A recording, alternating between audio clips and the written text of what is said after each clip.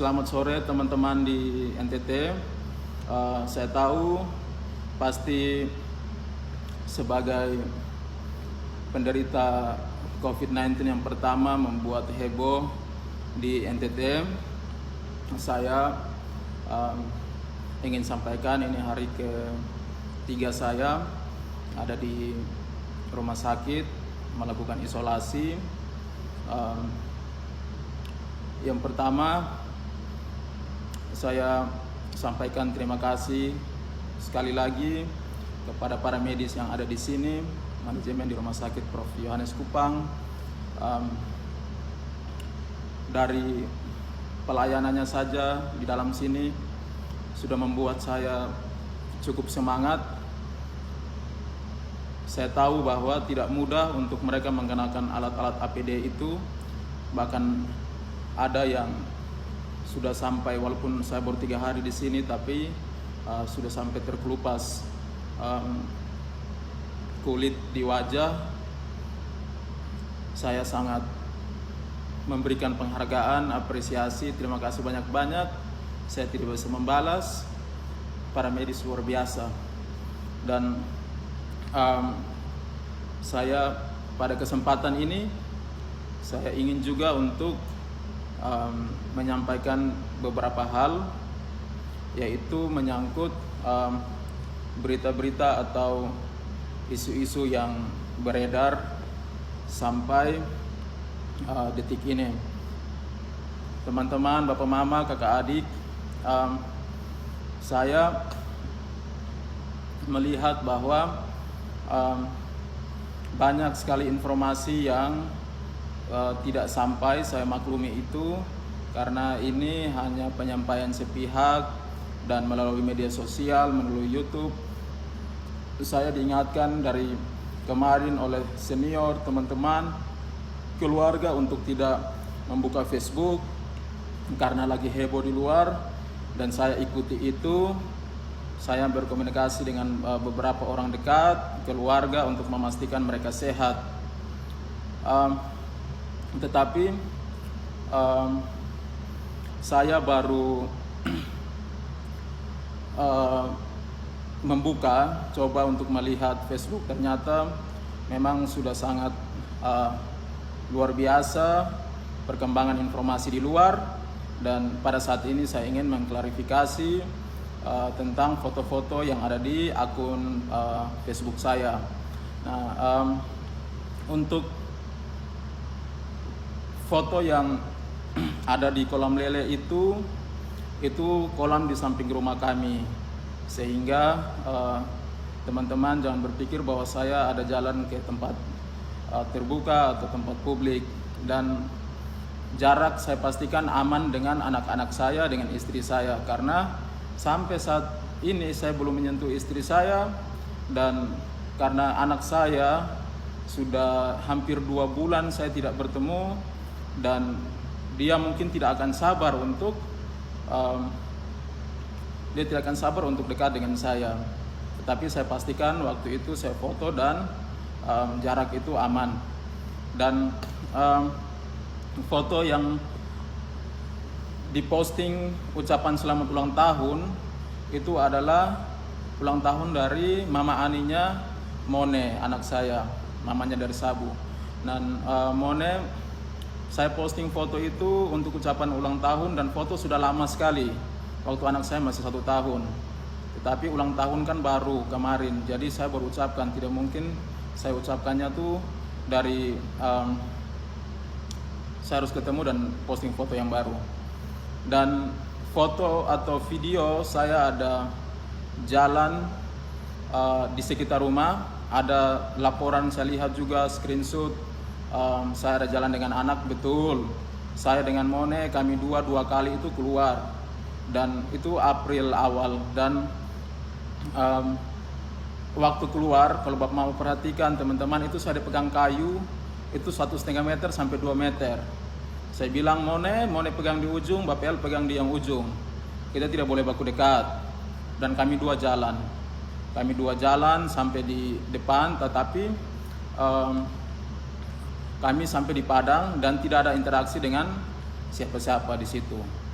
Lalu yang berikut karena jalan kedua itu sudah masuk hari-hari akhir dan hari-hari akhir untuk pengumuman atau menerima hasil swab itu, saya dengan Mone jalan lagi tapi sampai di depan. Dan itu mungkin ada yang melihat, kami mohon maaf untuk tetangga, keluarga sekitar mungkin membuat sedikit kegaduhan karena situasi seperti ini, tetapi kami tidak bermaksud apa-apa. Kami jalan sampai di depan dan kami kembali sore itu tanpa ada interaksi kecuali kami membeli sendal untuk Mone yang putus. Dan foto yang berikut tentang saya ada merayakan ulang tahun dengan teman, tetapi bukan yang pertama tadi, dengan adik laki-laki tentara, adik Dodi. Dan itu saya ambil tanggal 9, beberapa menit sebelum saya ambil hasil swab. Karena seperti alasan di video pertama saya sudah merasa bahwa saya sehat, sehingga saya jalan dan saya tidak pakai masker. Waktu itu saya tidak pakai masker karena habis minum dan langsung kita berdiri minta foto. Tetapi turun pakai cuci tangan semua kami lakukan. Kalau memang ada hal-hal yang bertentangan dengan informasi saya di yang awal, mohon dilihat kembali. Selanjutnya saya sore ini sebenarnya merasa drop secara mental karena saya melihat begitu banyak di Facebook, di WA saya itu banyak dukungan sekali, teman-teman, sahabat, keluarga luar biasa. Saya baru tahu bahwa saya begitu disayangi, saya begitu disupport. Terima kasih banyak. Dan saya seharusnya baik-baik saja sampai tadi pagi. Saya masih telepon, merasa aman, menghubungi teman-teman dekat. Tetapi pagi istri kontak di saya bahwa Oma di rumah, dia ditelepon oleh ketua RT, marah-marah.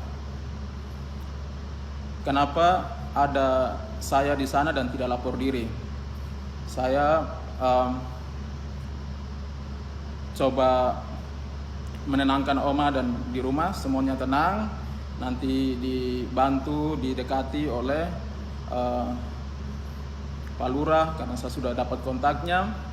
Dan saya pikir sudah aman, sehingga habis makan siang tadi mau istirahat, tetapi istri kontak lagi bahwa mertua saya yang ada di lapas sekarang,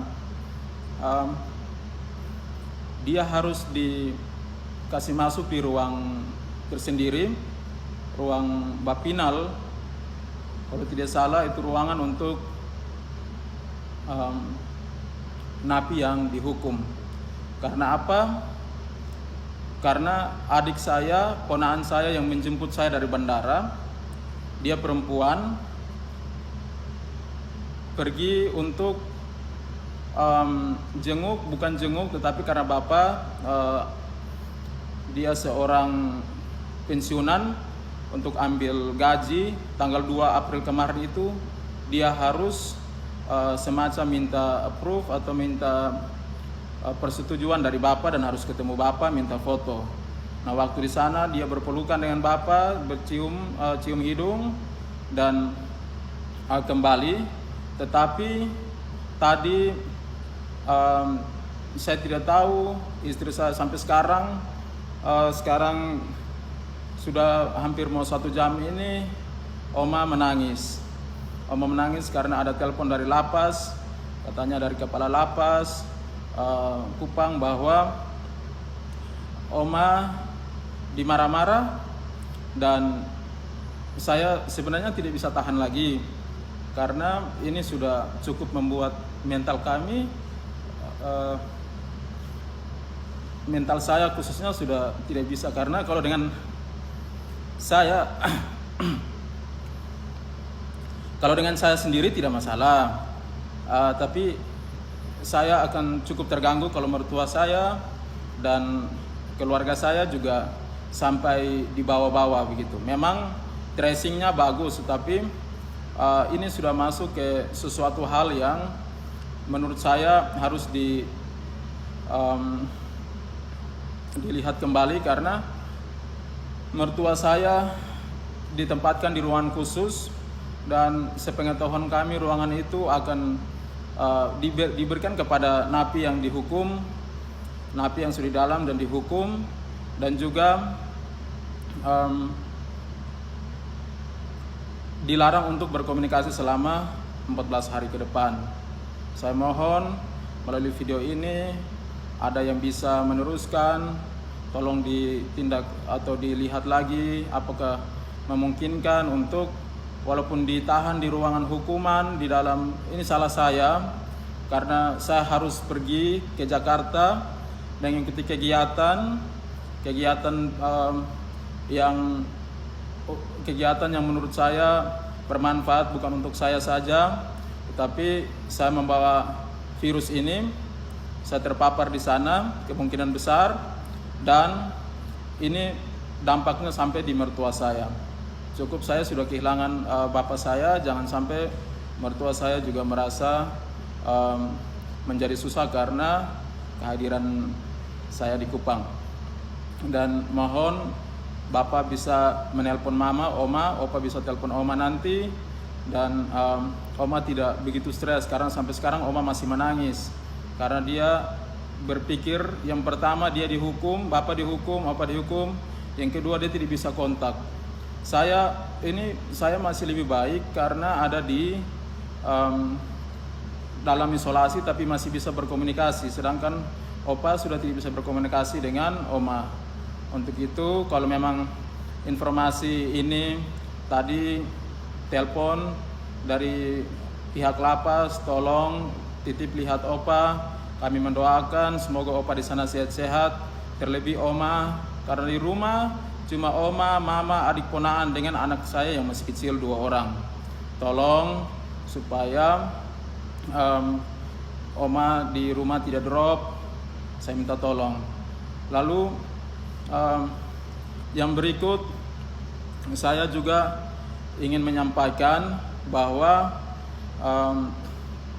selama di luar saya memang keluar untuk hal-hal yang penting. Saya tidak asal jalan kemana-mana, kemanapun saya jalan saya mencuci tangan, hand sanitizer saya bawa, dan saya cukup bersyukur orang terakhir yang ketemu saya Dodi Blegur bersama 3 teman. Mereka sebenarnya konsultasi kalau adik Dodi ini dia mau kuliah lagi keluar. Dia tentara, tetapi dia sudah kontak lama untuk mau bertemu dan bercerita. Sehingga karena saya merasa aman, saya ketemu dengan dia dan terjadilah kontak. Tetapi puji Tuhan, hasil rapid testnya dia negatif. Padahal HP-nya itu saya pegang karena dia tunjukkan foto. Terus kami di mobil itu sama-sama, tetapi ternyata dia negatif, 3 teman juga, dan sementara diisolasi di rumah sakit Naibonat. Itu adik Dodi. Lalu puji Tuhan juga saya sangat bersyukur untuk itu. Saya sangat bersyukur karena istri dan adik kemarin sudah ikut rapid test dan hasilnya mereka dinyatakan non-reaktif. Non-reaktif ini tadi saya coba tanya ke perawat nurse yang handle keluarga saya, itu katanya untuk saat ini memang tidak ada reaksi apa-apa di imun tubuh, atau saya kurang paham tadi, tetapi hasilnya non reaktif, yang mana belum menunjukkan gejala-gejala. Saya tetap berdoa supaya ke depan hasilnya tetap negatif. Karena sekarang negatif, istri dengan adik ponaan yang jemput saya yang ke lapas tadi itu semua negatif. Dan saya doakan dan mohon doa semua, bab mama, kakak adik, mereka tetap negatif dan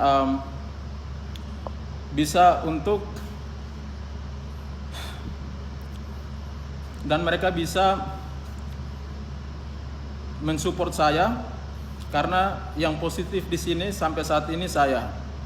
Dan saya memang secara fisik pulih, tetapi ya saya tahu harus bisa menerima risiko karena sudah terbuka dengan semua. Saya harus jujur dengan publik karena saya juga ditodong, dikejar awal-awalnya, sehingga semoga hasil ini bisa menenangkan. Mereka sekarang sudah isolasi mandiri di rumah, mereka tidak kemana-mana. Terima kasih pemerintah Kota Kupang, Dinkes yang begitu bersiaga mengurus kami karena mertua warga di Kota Kupang, dan juga teman-teman alumni IPDN di Kota Kupang, STPDN, dan juga Pak Wali Kota. Mereka begitu perhatian dan juga mengurus semua kebutuhan kami, termasuk kebutuhan di rumah, sehingga mereka dipastikan akan tinggal di rumah untuk 14 hari ke depan lagi. Tetapi sekali lagi saya mau sampaikan bahwa hasil mereka pun puji Tuhan non-reaktif, atau saya mau bilang negatif, saya takut, tetapi non-reaktif untuk saat ini. Mohon doanya. Dan saya ingin sampaikan kepada teman-teman yang bully, mohon pengertiannya. Saya sebenarnya tidak masalah, saya sudah terbiasa dengan hal-hal yang seperti itu. Saya dulu dibully, masih kecil, saya tinggal di sawah, SD itu habisnya di sawah, tinggalnya di sawah. Kami tidak pintar bergaul, karena bergaulnya itu ada di sawah dengan bedeng dan lumpur. Tetapi saya titip pesan, tolong dilihat dulu, karena ini bukan saya tahu saya bawa virus, dan saya merasakan tadi saya melihat medsos itu stigma tentang pembawa virus itu betul-betul tertanam di saya. Kemudian keluarga semua terkena dampak. Saya bersyukur walaupun agak drop sedikit, tetapi saya masih bisa berpikir sedikit untuk menenangkan diri. Ada orang-orang dekat yang sudah saya telepon tadi, terima kasih. Psikolog juga yang saya kontak, terima kasih. Saya harus berkonsultasi dengan mereka karena jujur sangat mengganggu. Saya tidak menyangka bahwa beberapa hari ke depan ini apakah saya bisa stabil.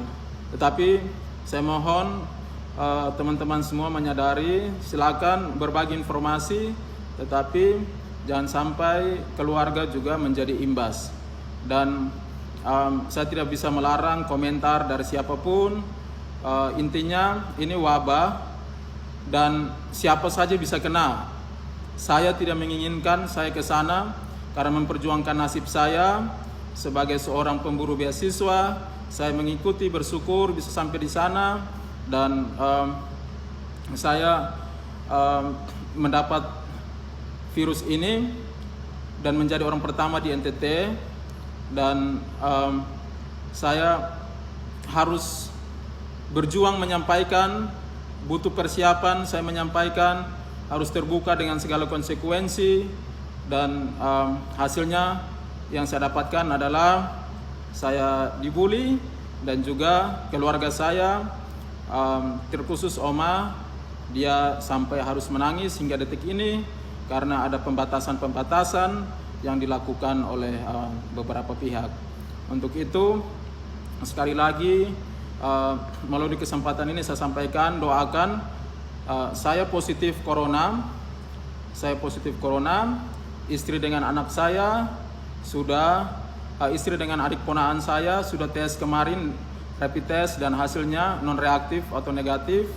Dan adik Dodi beberapa menit sebelum kontak saya, belum saya ambil hasil corona, itu juga sementara negatif. Mereka 3 orang. Doakan semuanya baik-baik saja. Saya mohon maaf sekali lagi kalau ada yang salah. Dan kepada semua pihak yang mendukung saya, kalian luar biasa. Saya hanya membuka WA dan melihat semua hal. Kalau ada yang belum saya balas, nanti saya akan balas. Apresiasi saya setinggi-tingginya untuk kalian, sahabat, teman, keluarga. Demikian, selamat menyongsong Paskah. Salam, selamat sore.